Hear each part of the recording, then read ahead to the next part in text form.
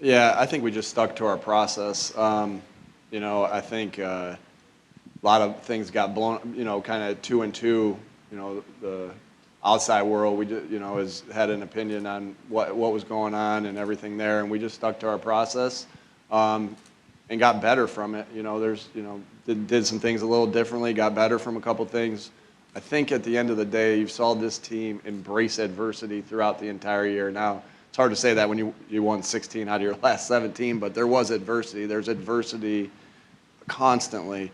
And I think we did a good job of embracing that, the ups and downs of a season, and getting better from the things that we went through. Sorry, middle aisle, second row. Congratulations, Coach. Can you tell us what went through your head in the first drive when the OPIA flag on fourth down was coming, without getting fined, maybe?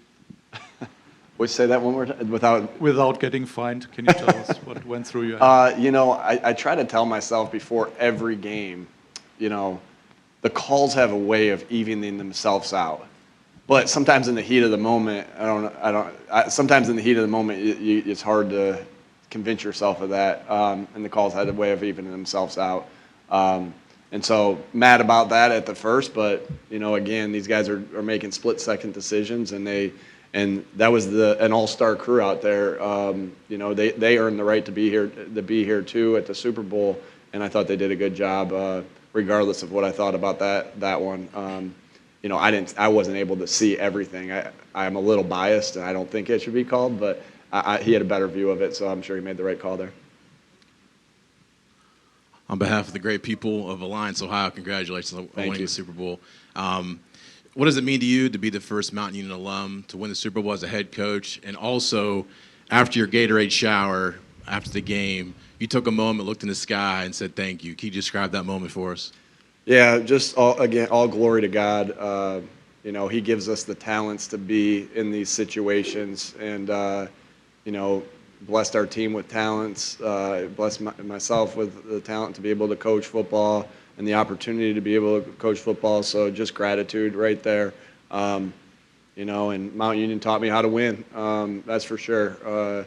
And so grateful to everybody at Mount Union, Coach Karras, all my teammates there, everyone that helped me kind of develop from there. Nick, congratulations. Back in Brazil, you told me iron sharpens iron in regards to Quinyon Mitchell being ready for his NFL debut because he went against your great wide receiver group in practice. Do you think that this was one of the keys to the Philadelphia Eagles becoming Super Bowl champions? Yeah, I think the key to that point is the intensity at which we practice at. And when you're practicing it with that kind of intensity, training camp, you're getting those matchups, Q versus AJ and Devontae and Slay versus those guys as well. So, and BG versus Lane and Jordan versus, Sweaty and Nolan. And so you have no choice but to get better. And, that it truly is. This is the greatest team sport there is. Iron sharpens iron. I've been saying a lot today and throughout the whole year that you cannot be great without the greatness of others. That applies to coaches. That applies to player to player.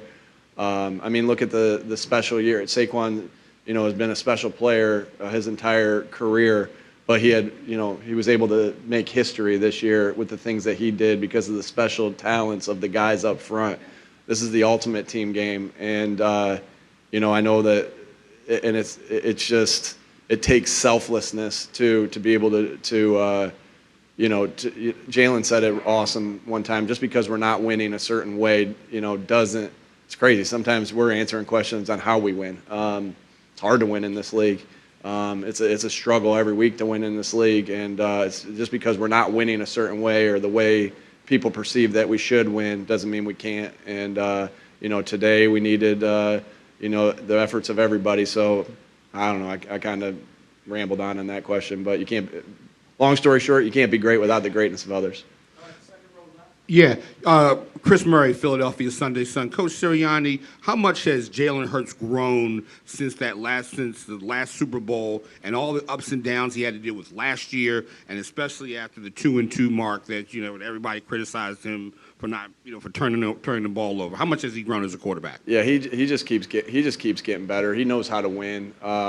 he does a great job of being able to block out all the outside noise. I think it's, I find it funny when it's like, well, Jaylen is good because he's got a good team around him. Like, that's football. Like, again, you cannot be great without the greatness of others. Like, Jaylen can't do it by himself. He needs AJ. He needs that offensive line. He needs Saquon, and vice versa. The reason Saquon has a special year, not only the offensive line, but the attention that Jaylen commands for the run game. He's special. Jaylen's special, and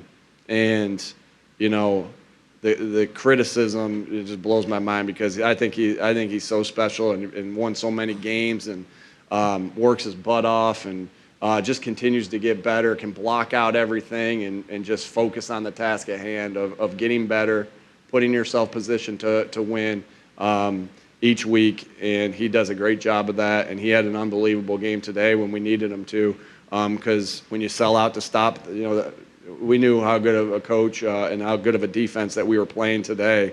But when you sell out to stop one thing, another thing opens. And Jaylen was able to take advantage of that today. And man, him and this team are world champs forever. Right side up against the curtain. Hi, I'm Carlton with BuzzFeed. The halftime score was shocking to a lot of people. Can you tell me what you said when you went into the locker room at halftime? What was the mood like? What was going through your head? How do you keep the guys focused after just coming out like crazy like that? One of the things we talked about, we made sure everyone was resting at first, but one of the main things we talked about is be ready for anything. Be ready for for different exotic things.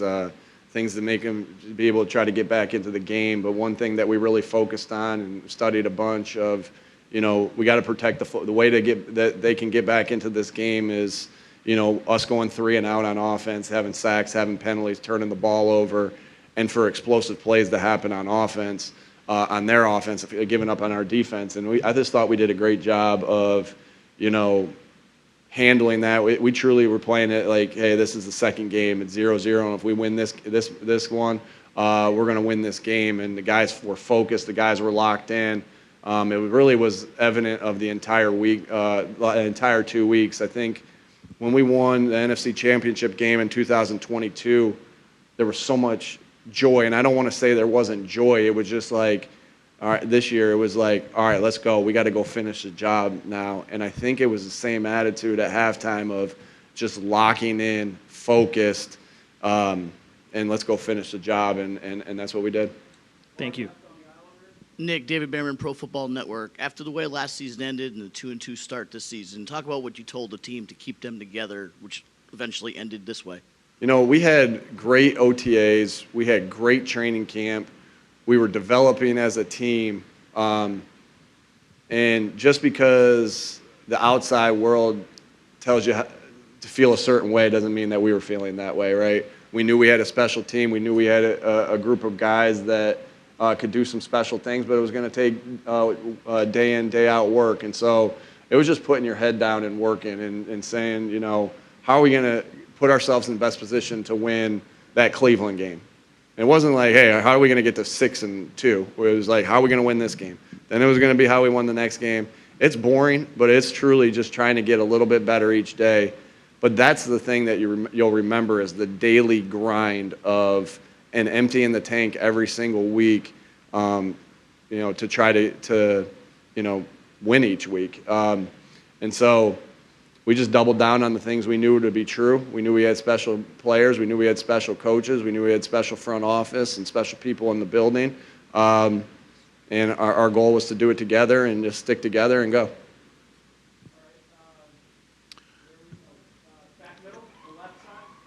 Nick, Lane says there'll be a team vote on the decision to go to the White House to celebrate the Super Bowl victory. How do you just handle that as a coach? Do you leave it to the guys? What are you thinking there? I don't even know. We'll see as we go. We're going to enjoy this tonight, and we'll enjoy it tomorrow. We'll enjoy it the next day. We'll enjoy it. We don't have to get ready for another game, so can't wait to celebrate this with the guys and celebrate this with my family. Takes a lot of people to be in this spot, so. Love this team. Love these guys. Yeah, just a quick one on Vic's contribution to that win. I think that's his first Super Bowl ring in a fairly long career. Yeah. Yeah, he's awesome. And you really, I showed a clip this week of the guys imitating him, and I said, what's the quote? Imitation is a form of flattery. These guys love him because he helps them, reach their goals and reach their dreams and helps them put them in positions to succeed. I think that's where you see a coach and a player develop special relationships, is because you can, players have their friend. They don't need buddy. They need us to be their coaches, and that's where I think Vic's special, and you can see how much the guys enjoy him, because he's helping them reach their goals and their dreams. Vic's an outstanding play caller. Brought so much detail to this defense, and called great games. Developed the coaches, developed the players, and again, it takes everybody. You can't be great without the greatness of others, and that sure as heck applies to Vic Fangio and all his contributions. And pretty cool that he's able to win his first Super Bowl in a town that he grew up in. Pretty special. Yeah, he's awesome. I can't say enough good things about him, and I know the players love him, and he's a world champ forever. Yes, Coach. George Radney, Challenger Community News, Buffalo and Rochester, New York. Can you tell me about Rochester, New York's own Clint Hurt, defensive line coach? How did he help get this defensive line to be prepared and stay focused and play the type of game they played today? Yeah. Where are you, Aquinas? Was he Aquinas? Okay. Okay. All right. Sorry. Man, he's a special coach. You really saw our D tackles continue to get better as the year went on. He demands a lot out of them, and these guys trust him with everything, and really look up to him. And he's huge, and so if you don't do what he says, you're gonna make sure you do what he says. Big man. But he is awesome as a coach. I can't say enough good things about him. Coach Walsh, the way they've led that defensive line, we knew that one of the keys to this game was going to be winning on defense, was winning up front. And we were able to do that. Got great contributions from the guys, and Clint did a great job of having him ready to play and ready to play hard and ready to leave everything out there. And so, man, he's a special coach, and it's awesome that he gets that ring that we all have really wanted for a long time. All right, we've got two more coming here, right side. What did you make of your defense tonight, and what went into the decision not to blitz Mahomes at all? Yeah, if you look at, we haven't traditionally blitzed a lot. This year, we've been able to get home with our four-man rush and been able to cover there with the 7 in the back end. We were able to get home today with it as well. Again, we do what we think we need to do to win, not what anybody else thinks we got to do to win. And this was the way we felt like we needed to go about it. That doesn't mean that there wasn't things that you have in that you blitz, but just like I'm sure there was some times there that I'm thinking, hey, should I go for this on 4th down in this scenario? Well, the game flow told me to do something different, right? There's a feel to how things transpire throughout a game. You don't just close your eyes and say, I'm going to do this because this, there's a flow to it. And it's the same thing with calling a game offensively, defensively, game management-wise. You play the flow of the game, and the way it was working, we kept ripping it. Hey, Coach, can you just talk about the fans in the building tonight? It felt like a very pro-Philadelphia crowd. It always is. We travel. Yeah, it was loud. You could tell that right at the very beginning. You could see a lot of green out there. But that's not, that feels that is very common for when we go to places, is that our fans have a tendency to, take over the stadium. And because we travel so well, we have such great fans. We needed, I go back to this, we played 4 of our last 5 at home. And then we played 3 playoff games in a row at home. And that's a big reason why we were here, is the energy that our crowd gives us and our fans give us. So, you know, a lot of Eagles fans out there, and we're so appreciative of you guys and how you contribute to this. Again, I've said it a million times tonight. I'll keep saying it.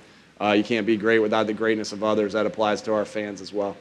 All right, that's it. Thanks, folks. Thanks, everybody.